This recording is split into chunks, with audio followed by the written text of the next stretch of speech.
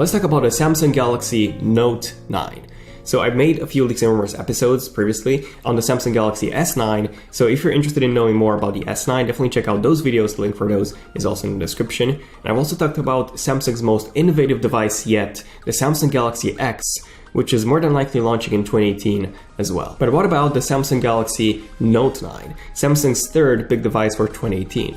Well, welcome to my Leaks and Rumors series. I'm Daniel, and in this series I cover everything you need to know when it comes to the design, the display, the camera, the specs, special features, storage options, release date, price, and so much more in terms of an unreleased device. Also, if you're new to the channel, feel free to subscribe if you want to see more Leaks and Rumors episodes like this one and more interesting tech videos. But for now, grab some popcorn or some nuts, because this is going to be another one of those long but very interesting and exciting videos.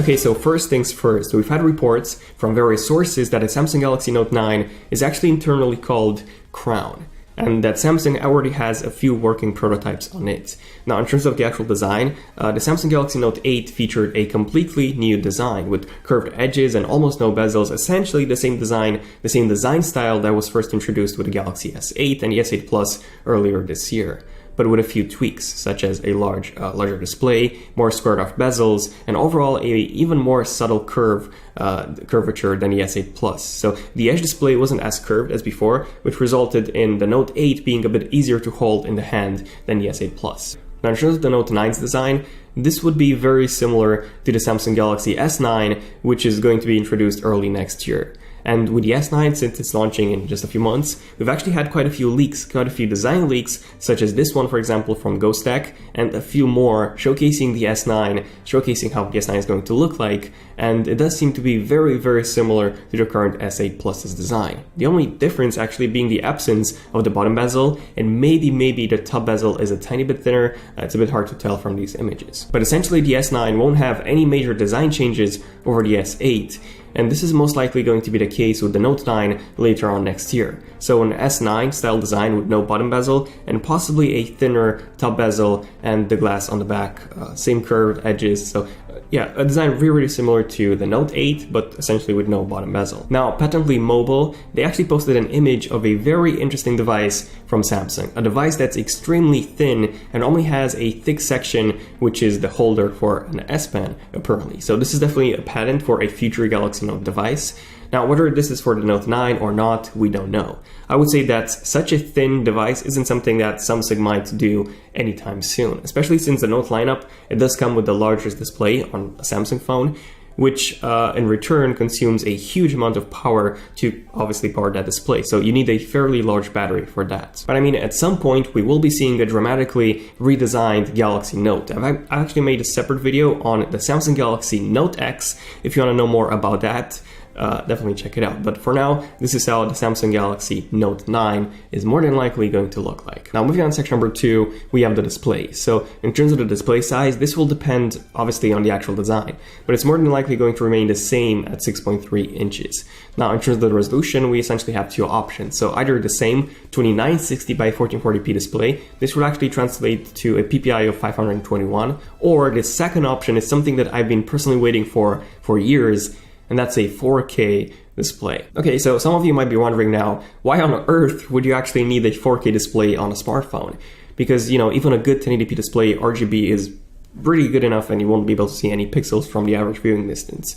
Well, my answer to that is VR. Samsung has the best mobile VR at the moment with their Galaxy Gear, and they actually have the biggest app selection. They also have the most fluid experience, the best VR headset design overall, and many advantages. The only issue would be the resolution, since it's actually based on the resolution of your smartphone, and not even Quad HD Plus, such as like you have on the S8 and the S8 Plus, is enough, since you can literally count the number of pixels with the naked eye. That's how huge they actually are. So the fix for this would be a 4K display, which would improve the 4K experience, the resolution at least, by a factor of 2x, essentially. Now, the Snapdragon 835 and the Exynos 8895, these are the processors that you get in the S8 and the Note 8. They already support 4K displays at 60 Hz. but for some reason, possibly battery life and cost, I'm guessing, Samsung never included a 4K display in those smartphones. Now moving on to the camera, the Note 8 was Samsung's first smartphone to come with a dual camera module, but overall Samsung actually used the exact same sensor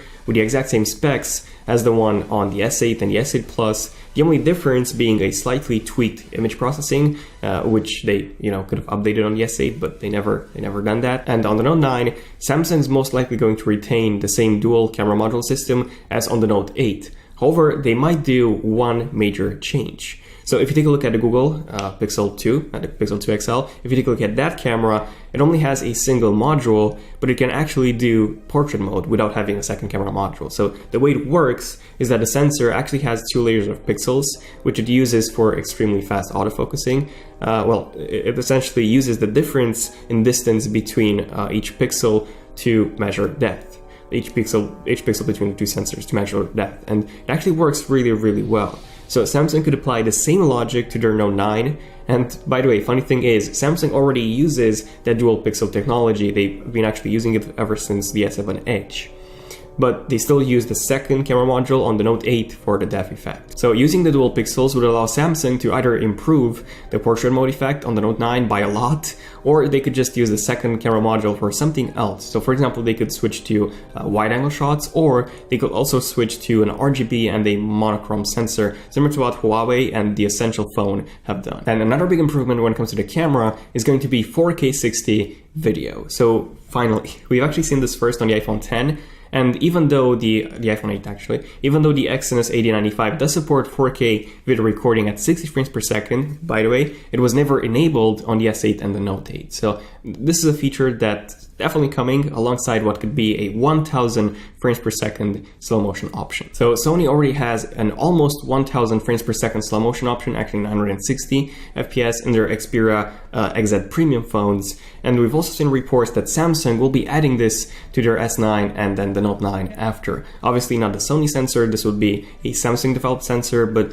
capable of doing 1000 frames per second slow motion, which would be pretty nice to have. Now in terms of the actual camera specs, the aperture is going to be increased. So at the moment we have f1.7 aperture, which according to the latest reports, this might be increased to an f1.5 aperture, which would make the Note 9 and the S9's camera even better in low light. And keep in mind that the S8 and the Note 8 are already one of the best smartphones for low light photography. So yeah, an improvement in low light is definitely going to be welcomed. So improved low light, improved 4K 60 video, improved portrait mode, and that 1000 frames per second slow motion. Sounds pretty good so far. But what about the front-facing camera? Well, on the Note 8, we currently have an 8 megapixel sensor with an f1.7 aperture and Quad HD video recording. And what might be improved here is the actual resolution. So this is most likely going to be bumped to either 12 megapixels or even 16 megapixels to compete with phones such as the OnePlus 5T or other Chinese brands that actually feature 16 megapixels or even 20 megapixels or even more on the front. But keep in mind that obviously the more megapixels you add, the worse the camera is going to be in low light, unless you obviously increase the sensor size, the actual sensor size, which most manufacturers don't do. Now moving on to the specs, these are actually confirmed. So we're going to get the Snapdragon 845 on the US variants of the Note 9 and the Exynos 9810 on the international models. Both support 4K 60 video, both actually have a neural engine built in, so similar to what Apple did with the Apple 11 processor, and they both come with 4 high-performance cores and 4 low-performance cores, 2.8 GHz high performance and 1.8 GHz low performance on the Snapdragon side, and we don't actually have the actual numbers on the Exynos 9810 yet. But do expect very similar performance. Now, as usual, the Exynos is going to be a slightly better choice as it's designed and manufactured by Samsung for Samsung, but overall they would be very similar. Now in terms of the RAM, the Note 8 comes with 6 GB of RAM, which is pretty cool, but we have some phones like the OnePlus 5T and again other smartphones from the Asian markets that actually come with 8 GB of RAM. So yes, on top of that, TouchWiz and Grace UX, essentially this is how it's called now, it's pretty laggy and glitchy on the S8. Essentially, the S8 comes with 4 GB of RAM, and since you have so many background running tasks, such as Bixby, the Edge panel, and tons of Samsung bloatware running in the background at all the time, unfortunately, the performance is, again, laggy and it's pretty glitchy. So that's why we need more gigabytes of RAM in Samsung phones, rather than something like a OnePlus 5T. So hopefully 8 gigabytes of RAM is going to be the case, because we definitely need that. Now moving on to the special features, the most expected one and the one that's being talked the most is going to be, of course, the 3D depth sensing camera. So similar to what Apple did, to what Apple uses on the iPhone X. Now, Samsung has yet to develop their own tech for that, but most reports are saying that a fingerprint reader on their display panel is no longer an option, and that Samsung will be instead relying on facial recognition entirely. So at the moment on the Note 8, we have the iris scanner, and we also have Face Unlock, which by the way can be tricked with a photo or a video, by the way. So it's not really that secure. So Samsung, even if they don't add a 3D depth sensing camera, they might improve, essentially they might combine Face Unlock and the iris scanner into one and basically improve the security of that. Now, when it comes to the fingerprint scanner position, this is still going to be on the back, but this time right in the middle. So this is actually going to be fixed with the S9 earlier next year, by the way, and obviously this will move on the Note 9 as well. But other than that, some other expected new features would be an improved S Pen with even lower latency. And speaking of that, a faster refresh rate display is also a very strong possibility. So Apple has done that with the 120 Hz panel on the iPad Pro's 2017 models. And when using that with the Apple Pencil, everything feels so smooth. We also have a 120 Hz panel on the Razer phone. And yes, that would actually make a lot of sense on a device such as a Galaxy Note, since you have the S Pen. However, if this is actually happening, there's no way we'll get a 4K display as well. Other than that, even faster charging is supported by the Snapdragon 845, by the way. So up to 50% in just 15 minutes, which is crazy. But again, we don't know if the Exynos 9810 supports that or anything similar. And if it doesn't, most likely it doesn't, unfortunately we won't have that really fast charging on either of the international or the US models. Now, the speaker is rumored to be getting better, since the single speaker on the S8 is currently horrible. So same goes for the Note 8 one, they're pretty bad. So dual stereo speakers might be added by turning the earpiece into a dedicated speaker, similar to what Apple did with the iPhone 7. And then finally, we've heard reports that Samsung might be removing the headphone jack from the S9. Now, I personally don't believe that this is actually the case. Samsung would want to stay ahead, so to say, of Apple and Google by offering that extra option, because Google has also removed the headphone jack from the Pixel 2. So I don't think they'll remove it from the S9 personally. But yes, this might be a possibility with the Note 9, presuming that they also release some amazing AirPod-like headphones by then. Now, moving on to the storage options, we've actually heard some reports that Samsung might be removing the micro SD card support from the Note 9 and the S9 possibly as well.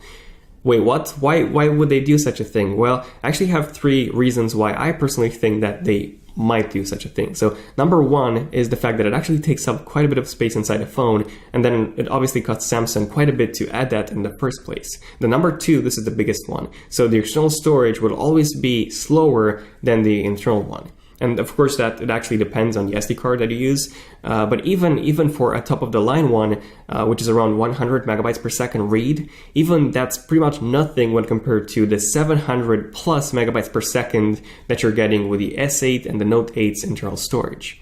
And obviously, most people just buy cheap SD cards that have like 20 to 40 megabytes per second. And then my reason number 3 is the fact that 64 gigabytes, which is essentially the baseline now, is way more than most people need, especially since everything is moving towards cloud storage now. And if this is the case and the microSD card support is removed, in that case, we'll most likely see 64 gigabytes and 128 gigabytes as the only storage options. Now, when it comes to the release date, that's most likely going to be August 2018. We don't actually have a specific date, but it's most likely going to be around August 2018, similar to the previous Note releases. Now, I would really wish that Samsung releases both the S9 and the Note 9 at the same time, like Apple does, like Google does, like pretty much everyone else does. That would be the perfect scenario. And how much is this thing going to cost? Well, reports are saying that this is going to be at least as expensive as the Note 9, if not more expensive. So the baseline should be up to $1,000 or £1,000 exactly in the UK. So yeah, this is not going to be a cheap phone, unfortunately. But yeah, there you go, my full leaks and rumors breakdown of the Samsung Galaxy Note 9. If you're subscribed for more leaks and rumors episodes like this one, and also enable notifications by tapping on that bell icon so that you get notified whenever a brand new, cool, epic tech video comes out. Also let me know in the comments, what do you guys think about the Note 9? What do you want to see personally in the Note 9? Do you think it's worth it over the S9, mainly for the S Pen, or do you think it's not? So let me know in the comments what you guys think. This has been pretty much it. Feel free to give it a like if you've enjoyed it, let me know. And yeah, see you guys in my next one. Son of Tech, signing out. Cheers.